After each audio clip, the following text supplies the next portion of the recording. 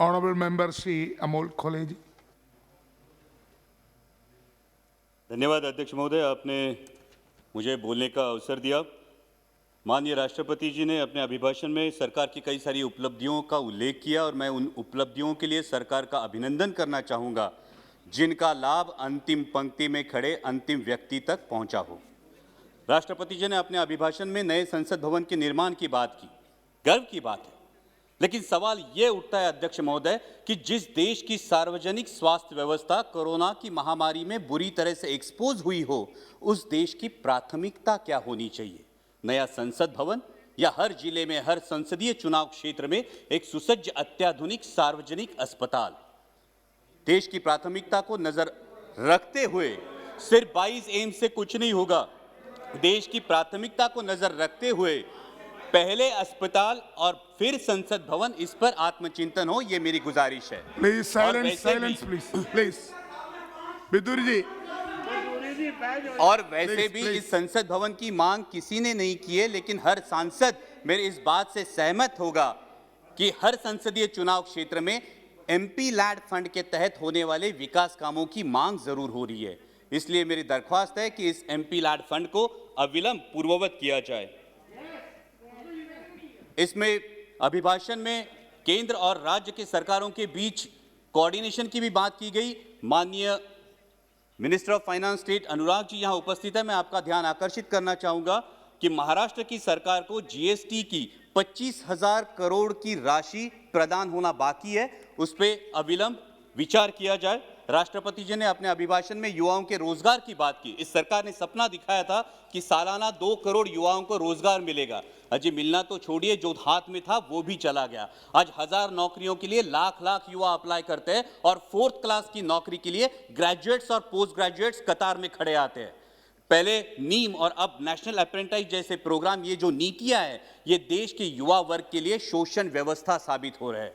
क्योंकि पहले नौकरी लग जाती है, फिर माँ बाप शादी कर देते हैं और 2 साल में कंपनी ब्रेक दे देती है ताकि उसको परमानेंट ना करना पड़े और युवा के भविष्य में अंधेरा छा जाता है। इसलिए इन युवाओं के आक्रोश को समझे और इन नीतियों पर पुनर्विचार हो।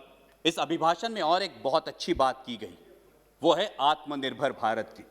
जब हम सब ने सुना था कि देश को बिकने नहीं देंगे तो हर किसी को गर्व महसूस हुआ था, लेकिन शायद उसके बाद OLX का विज्ञापन कुछ ज्यादा प्रभावशाली साबित हुआ और वो नीतियों में भी दिखने लगा। बेच डाल, BPCL बेच डाल, BSNL बेच डाल, एयरपोर्ट्स बेच डाल, सीपोर्ट्स बेच डाल। अब डर लगने लगा है कि यह आत्मनिर्भर भारत की बात हो रही है या फिर चुनिंदा पूंजीपति निर्भर भारत की।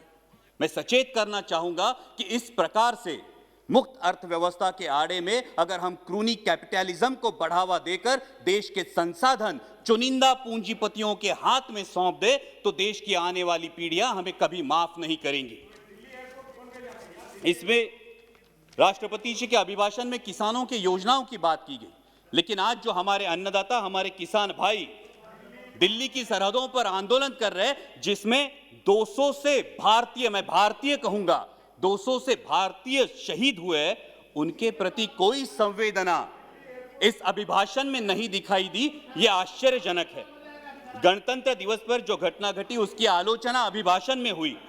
हिंसा का कोई समर्थन नहीं हो सकता, ना ही होना चाहिए, लेकिन उसके उपलक्ष्य में, sir please let me continue, हिंसा का कोई समर्थन नहीं हो सकता, ना ही होना चाहिए, लेकिन उसके उपलक्ष्य में इस किसान आंदोलन को बदनाम करने की जो साजिश रची गई वो निंदनीय है। पहले बताया गया कि सिर्फ पंजाब के किसान हैं, फिर बताया गया कि ये तो आड़तीय है, फिर बताया गया कि ये खालिस्तानी है। Please sit down. Bidur ji, honourable member Bidur ji, बैठिए। Bidur ji please take your seat. Bidur ji, honourable member please take your seat. So please bring house in order. Why you are angry? Sir अगर You sit down there. Sir अगर ऐसे बोलेंगे, कल इनके नेता भी बोलेंगे, तब हम बीच में चलाएंगे, फिर अच्छा होगा सर। No, why? ये जानबूझ के है। Whenever you, Bidur ji, whenever you will speak, at that time, That time you can tell everything. Why you are stand up every time? Thank you Please, sir. Please. Sir, गणतंत्र दिवस में जो घटना घटी उसकी आलोचना अभिभाषण में हुई। हिंसा का कोई समर्थन नहीं हो सकता, ना ही करना चाहिए, लेकिन उसके उपलक्ष्य में इस किसान आंदोलन को बदनाम करने की जिस तरह से साजिश रची गई वो निंदनीय है।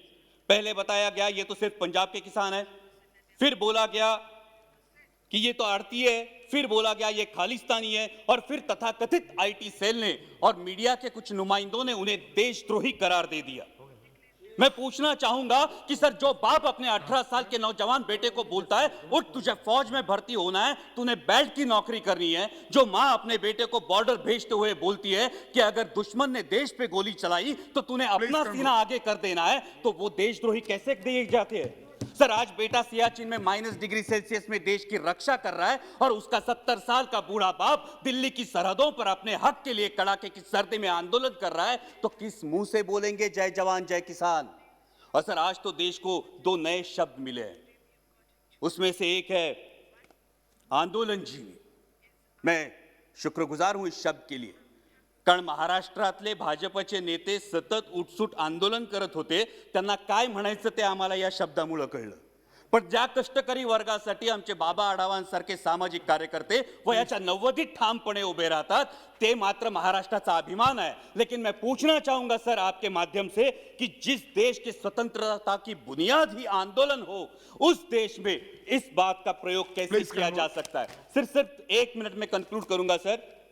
यहां पे कई माननीय सदस्य बोलते हुए उन्होंने परराष्ट्र में जिन्होंने अच्छी बात की उसकी सराहना की, लेकिन ये कैसी विडंबना है सर, जब ब्राजील के राष्ट्राध्यक्ष संजीवनी की उपाधि देंगे तो हम खुश होंगे, जब अमेरिकी पूर्व राष्ट्राध्यक्ष हाउडी मोदी बोलेंगे तो हम तालियां बजाएंगे, और जब कोई विदेशी मानवता के दृष्टिकोण से किसान आंदोलन पर टिप्पणी करेगा तो फिर वो फॉरेन डिस्ट्रक्टिव आइडियोलॉजी हो जाती है। सर, ये बैरिकेड्स लगाना, ये फेंसिंग करना, ये किस प्रजातंत्र का लक्षण है? सर, महामहिम राष्ट्रपति जी ने अपने अभिभाषण में आर्य चाणक्य के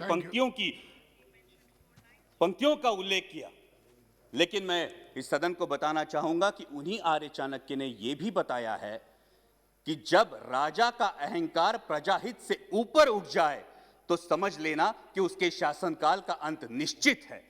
और इसीलिए मैं दरख्वास्त करूंगा कि संवेदनशीलता से इस समस्या का किसानों के हित में हल निकाले, ताकि फिर हर देशवासी गर्व से कह सके जय जवान जय किसान।